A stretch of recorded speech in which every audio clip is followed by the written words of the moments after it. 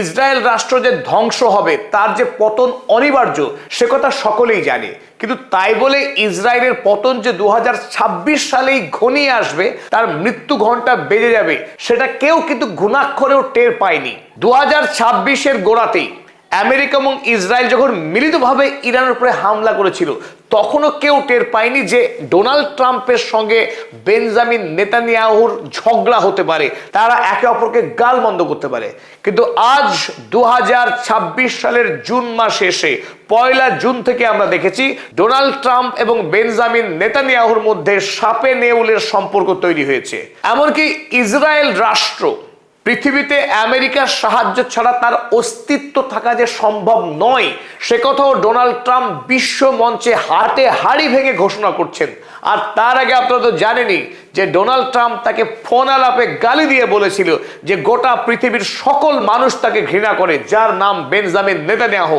এমনকি ইসরায়েল রাষ্ট্রকেই বিশ্ব ঘৃণা করে। পাশাপাশি আরো এক ধাপ এগিয়ে ডোনাল্ড ট্রাম্প একথাও বললেন যে লেবাননে এই ইসরায়েল রাষ্ট্র দীর্ঘদিন ধরে গণহত্যা চালাচ্ছে।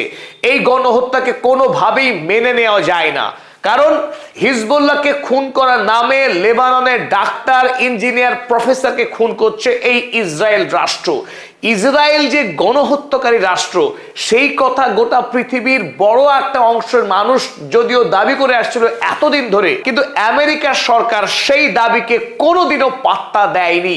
অথচ হঠাৎ করে কি এমন হলো, ডোনাল্ড ট্রাম্প আমেরিকার রাষ্ট্রপতি 180 ডিগ্রি ঘুরে এসে মুখ থেকে তিনি সত্য কথা বলছেন যে মোস্ট আনপ্রেডিক্টেবল আমেরিকার প্রেসিডেন্ট ডোনাল্ড ট্রাম্প, তিনি এখন থেকে ইসরায়েল যে মানবতার শত্রু, ইসরায়েল যে মধ্যপ্রাচ্যের জন্য হুমকি, এটা যে বিষ বৃক্ষ, সেই কথা তিনি নিজেই বলতে শুরু করেছেন। স্বাভাবিকভাবে একটি প্রশ্ন কিন্তু সবার মনে তৈরি হতে পারে যে ডোনাল্ড ট্রাম্প কেন হঠাৎ করে অ্যান্টি ইসরায়েল, ইসরায়েল বিরোধী অবস্থান গ্রহণ করছেন। সেটা কি কাজেই নাকি শুধু মুখে? সেটা মুখেই হোক কিংবা কাজেরই হোক, ডোনাল্ড ট্রাম্প কেন এই নতুন অবাক করা অবস্থান গ্রহণ করছেন? বরং এক ধাপ এগিয়ে তিনি ইরানের নেতাদের গুণগান গাইছেন, প্রশংসা করছেন যে ইরানের নেতারা রেশনাল, অর্থাৎ যুক্তিবাদী। এমনকি তিনি ইরানের সর্বোচ্চ ধর্মীয় নেতা মুস্তফা খামেনেইর সঙ্গে সাক্ষাৎ করতে চাইছেন এবং তাকে একজন ভালো মানুষ বলছেন। অপরদিকে বেঞ্জামিন নেতানিয়াহুকে বলছেন টাফ গাই, ডিফিকাল্ট গাই, ইররেসপন্সিবল, আনগ্রেটফুল, একাধিক শব্দ, অকৃতজ্ঞ, দায়িত্ব জ্ঞানহীন, এমনকি হত্যাকারী, এই সব কথা বলছেন ডোনাল্ড ট্রাম্প। এর পশ্চাতে যে মূল কারণ, চলুন এবার শেয়ার করা যাক। এর মূল কারণ হলো এই যে একটি গণতান্ত্রিক দেশে সবার উপরে ভোট সত্য, তাহার উপরে নাই। আমেরিকায় নভেম্বর মাসে ভোট আগত প্রায়। এই নির্বাচনে আমেরিকায় সেনেটর এবং কংগ্রেসম্যান নিযুক্ত হবে। এই নির্বাচনে যদি ডোনাল্ড ট্রাম্পের রিপাবলিকান পার্টি যদি ভালো ফল করতে না পারে, তাহলে ডোনাল্ড ট্রাম্পের আরো যে 2.5 বছরের মেয়াদ আছে প্রেসিডেন্ট হিসেবে, সেই মেয়াদকে যদি হাতে চুরি পরে বসে থাকতে হবে। তিনি লেম ডাক প্রেসিডেন্ট হবেন, কার্যত তার হাতে কোনো ক্ষমতা থাকবে না। আর এদিকে ডোনাল্ড ট্রাম্প আরো বিরাট বড় একটা পরিকল্পনা এতে বসে আছেন। সেই পরিকল্পনা কি? তিনি আগামী প্রেসিডেন্সিয়াল নির্বাচনে 2028 সালের রাষ্ট্রপতি নির্বাচনে তার ছেলেকে ভোটে দাঁড় করাবেন রাষ্ট্রপতি পদের জন্য। আর এই রাষ্ট্রপতি ভোটের সমস্ত প্রচার করবেন তিনি নিজে, কারণ দুবারের বেশি তো রাষ্ট্রপতি কেউ আমেরিকায় হতে পারবেন না। তিনি যেহেতু দ্বিতীয়বারের জন্য রাষ্ট্রপতির দায়িত্ব সামলাচ্ছেন, তৃতীয়বার তারা রাষ্ট্রপতি হওয়া যাবে না। সুতরাং রাষ্ট্রপতি হিসেবে তিনি তার নিজের ছেলেকে ভোটের ময়দানে নামাতে চাইছেন। আর তিনি উপরাষ্ট্রপতি হিসেবে দায়িত্বভার গ্রহণ করে আগামী আরো 4 বছর আমেরিকার রাষ্ট্রপতি থেকে ইতিহাস তৈরি করতে চাইছেন। একদিকে রাশিয়ায় ভ্লাদিমির পুতিন এবং চীনের শি জিনপিং, তারা বৎসরের পর বৎসর রাষ্ট্রপ্রধান থাকছেন, আর আমেরিকার বেলায় ডোনাল্ড ট্রাম্পকে বিদায় নিতে হবে, এ তিনি মানবেন না। তাই যখন তিনি এত বড় পরিকল্পনা করছেন, সেই সময়ে আমেরিকাতে তার জনপ্রিয়তা আমেরিকার সৃষ্টির ইতিহাস থেকে সর্বাধিক তলানিতে এসে পৌঁছেছে। ভিডিওর এই পর্যায়ে আপনাদের সাথে একটি দরকারি তথ্য শেয়ার করি। আপনারা যারা হোলসেল, রিটেল কিংবা ম্যানুফ্যাকচারিং বিজনেস করছেন তারা ইনভেন্টরি ঝামেলার কথা ভালো করেই জানেন। ইনভেন্টরি মানে আপনার দোকানের মালপত্র বা স্টক ঠিকঠাক ম্যানেজ করা, দরকারি জিনিস সঠিক সময়ে খুঁজে না পাওয়া, এলোমেলো তাক, স্টক হঠাৎ হঠাৎ শেষ হয়ে যাওয়া, এইসব ছোটখাটো ভুলেই ব্যবসায়ে বড় ক্ষতি হয়ে যায়। আর আপনার স্টক ম্যানেজমেন্টের এই সমস্ত সমস্যার সমাধান করতে পারে আমাদের আজকের ভিডিওর স্পন্সর উডুর ইনভেন্টরি অ্যাপ।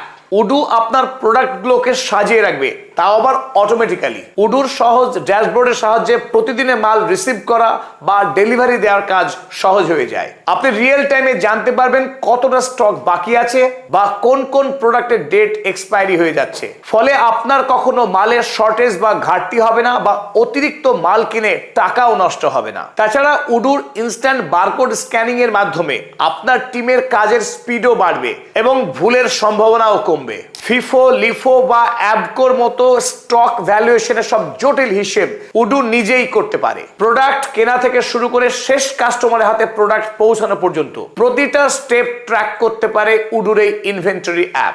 উডুর সবচেয়ে ভালো বিষয় হলো আপনি এই অ্যাপটি একদম ফ্রিতেই ব্যবহার শুরু করতে পারেন। আর উডুর কমপ্লিট বিজনেস স্যুট প্রতি মাসে মাত্র 580 টাকার বিনিময়ে প্রতি ইউজার ব্যবহার করতে পারেন। অতএব আপনার ব্যবসার ম্যানেজমেন্টের কাজ সহজ করতে আমাদের ভিডিও ডেসক্রিপশনে দেওয়া লিংকে ক্লিক করে উডুর ইনভেন্টরি অ্যাপ ব্যবহার শুরু করতে পারেন। ফিরে আসা যাক এবার টপিকে। বেআইনি ইরান যুদ্ধে জড়িয়ে পড়বার পর আমেরিকার সাধারণ মানুষের জীবনে এত সীমাহীন যন্ত্রণা এবং আর্থিক কষ্ট তৈরি হয়েছে গোটা দেশে, তাতে এই মুহূর্তে আমেরিকার মানুষ ডোনাল্ড ট্রাম্পের যে যুদ্ধনীতি এবং ইসরায়েল প্রীতি, ইসরায়েল ফার্স্ট পলিসি, ইসরায়েলকে খুশি করবার জন্য ইরান যুদ্ধে জড়িয়ে পড়া, আর ইসরায়েলের প্রধানমন্ত্রী বেঞ্জামিন নেতানিয়াহুর হাতের কৃতদাস হয়ে গোটা আমেরিকার মানুষের বুকে ছুরি মারার যে নীতি ডোনাল্ড ট্রাম্প নিয়েছিলেন, সেই নীতি সম্পূর্ণ ভুল পথে গিয়েছে। ফলশ্রুতি হিসেবে আমেরিকাতে এই মুহূর্তে রিপাবলিকান দল রীতিমতো বিপদে রয়েছে। আমেরিকার মানুষ ইসরায়েল ফার্স্ট পলিসিকে যে কোনোভাবেই আর মেনে নিচ্ছে না, সেটা তিনি হাড়ে হাড়ে টের পেয়েছেন। ডোনাল্ড ট্রাম্প যদি আমেরিকা ফার্স্ট পলিসির পরিবর্তে ইসরায়েল ফার্স্ট পলিসি নিয়েই মেতে থাকেন, তাহলে আমেরিকার মানুষ আর ডোনাল্ড ট্রাম্পের ঝুলিতে আর ভোট দেবে না। অতএব রিপাবলিকান দলের ভরাডুবি, আর ভরাডুবি হলে তার স্বপ্নের অকাল মৃত্যু হবে। তাই ডোনাল্ড ট্রাম্প এখন ইসরায়েল নয়, তিনি এখন চাইছেন তার নিজের স্বার্থ রক্ষা করতে। আগামী দিনে এই 2.5 বছর তো বটেই, আরো নতুন করে 4 বছর তিনি আমেরিকার মসনদে থাকতে চাইছেন। আর এই স্বপ্নকে বাস্তব করতে গেলে তার দরকার এখন ইরান। ইরান এক বাস্তব প্রয়োজনীয়তা হয়ে উঠেছে ডোনাল্ড ট্রাম্পের কাছে।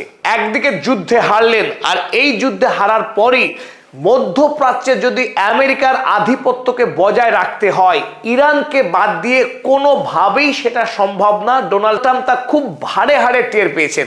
তাই এতদিন যেখানে মধ্যপ্রাচ্যের সবচেয়ে শক্তিশালী রাষ্ট্র ছিল ইসরায়েল, সেটা এখন ইতিহাস। এই মুহূর্তে মধ্যপ্রাচ্যের সবচেয়ে শক্তিশালী বলিষ্ঠ রাষ্ট্রের নাম ইরান।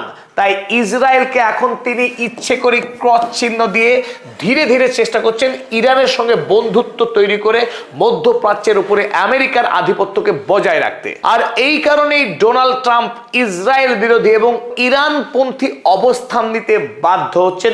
আমেরিকার এই বর্তমান রাজনৈতিক যে বাস্তবতা, তার নিরিখেই তিনি G7 এর বৈঠকে ইসরায়েলের বিরুদ্ধে এই সমস্ত বিস্ফোরক মন্তব্য করলেন।